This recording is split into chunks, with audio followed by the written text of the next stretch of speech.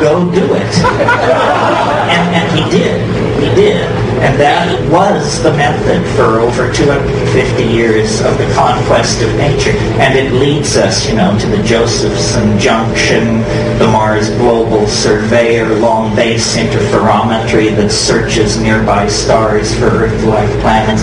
It brings us the entire cornucopia of scientific effects, but an angelic revelation disguised as a logical philosophical breakthrough. This is what you're not told in the academy. So my point there is, human progress has always depended on the whispering of alien minds, confrontations with the other, probes into dimensions where imagination and chance held the winning hands. So the shaman, as a paradigmatic figure, is applicable both in the Aboriginal social context and in the present social context. The Skywalker, the one who goes between, the one who passes outside of the tribe and then returns with means, insights, cures, designs, glossolalia, technologies, and re-fertilizes the human family by this means. It's irrational, but it's how it actually happens, and it's how it's always happened, and it may very well be the only way that it can happen. This cultivation of the irrational, this flirtation with the breakdown of boundaries. So now, in our nuts and bolts technological progress, we have somehow created technologies which are very friendly to our social values, in that these technologies can be bought, sold, licensed, upgraded, all things which we understand. But these technologies are acting on us in the same way that psychedelic drugs do, but more profoundly, more generally, and more insidiously, because their effect is not understood, or if it is understood, it's not discussed. And so in a way we have come into a kind of post-cultural phase. All culture is dissolving in the face of the drug-like nature of the future. Its music, its design, indeed the very people who will inhabit it appear to be the most switched on, the most chance-taking, the most alive of the entire tribe. People who feel the beat, people who are not afraid to take chances, people for whom these technologies have always been very natural. Machines are central to the new capitalism, the information transforming technologies. And in fact, one of the strange things that is happening is every move we now make in relationship to the new technologies redefines them at the very boundaries where their own developmental impetus would lead them toward a kind of independence. In other words, we talk about artificial intelligence. We talk about the possibility of an AI coming into existence, but we do not really understand to what degree this is already true of our circumstance. In other words, how much of society is already homeostatically regulated by machines that are ultimately under human control, but practically speaking are almost never meddled with.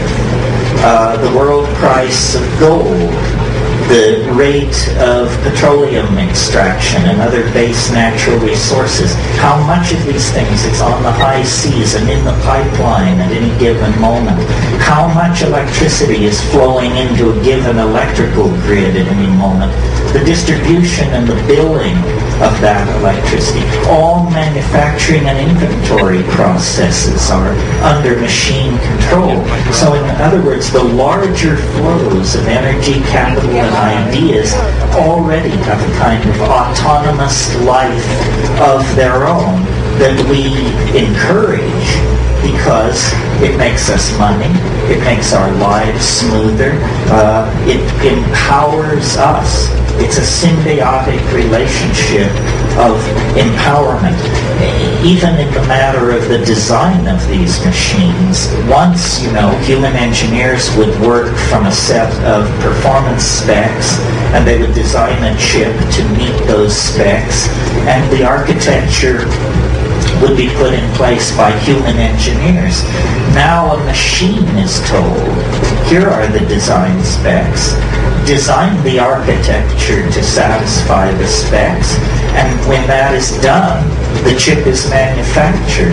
The actual design of the thing is in the hands of machines. So these machines are McLuhan once said of human beings, he said, we are the genitals of our technology. We exist only to improve next year's model. Well, appears that they're phasing us out of this ignominious role as well as every other role. Oh, let's see here. So, being an optimist, that's where I was, yes. How to make gold out of this situation. In other words, how to see this as a natural and positive unfolding of the planetary adventure. And for some of these ideas, I'm indebted to Michael DeLanda, who wrote a book called 1,000 Years of Non-Linear History, and I highly recommend it. He didn't say what I'm about to say. I'll take credit and blame for it, but the book gave me the idea. When you stand off and look at human beings and their technologies, it's very hard not to notice that from the very moment that we have a technology that can be distinguished from chimpanzees pushing grass stems down anthills or digging with sharpened bones or something like that. The minute you get past that, our technologies have always involved the materials of the earth. What agriculture itself is a different way of relating to the earth. Nomadism, which preceded it, was a seasonal wandering very lightly over the earth. And at some point, the deep, fertile soil of the river valleys that were encountered in these nomadic wanderings were recognized as potential sources of food if cultivated, if treated through a certain set of technological methods. So that early technology is defined by a new relationship to the materials of the earth itself.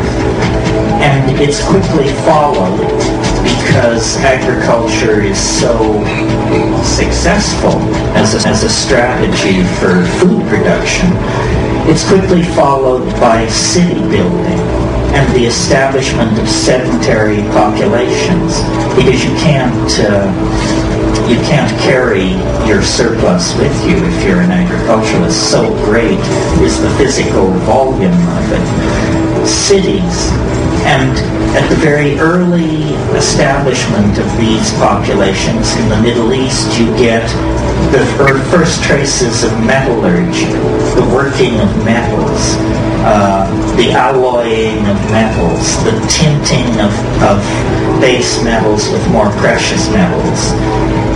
This process of ever more finely refining and fabricating the materials of the earth proceeds in an unbroken series of processes and steps right up to the latest 500 hertz chip or megahertz chip.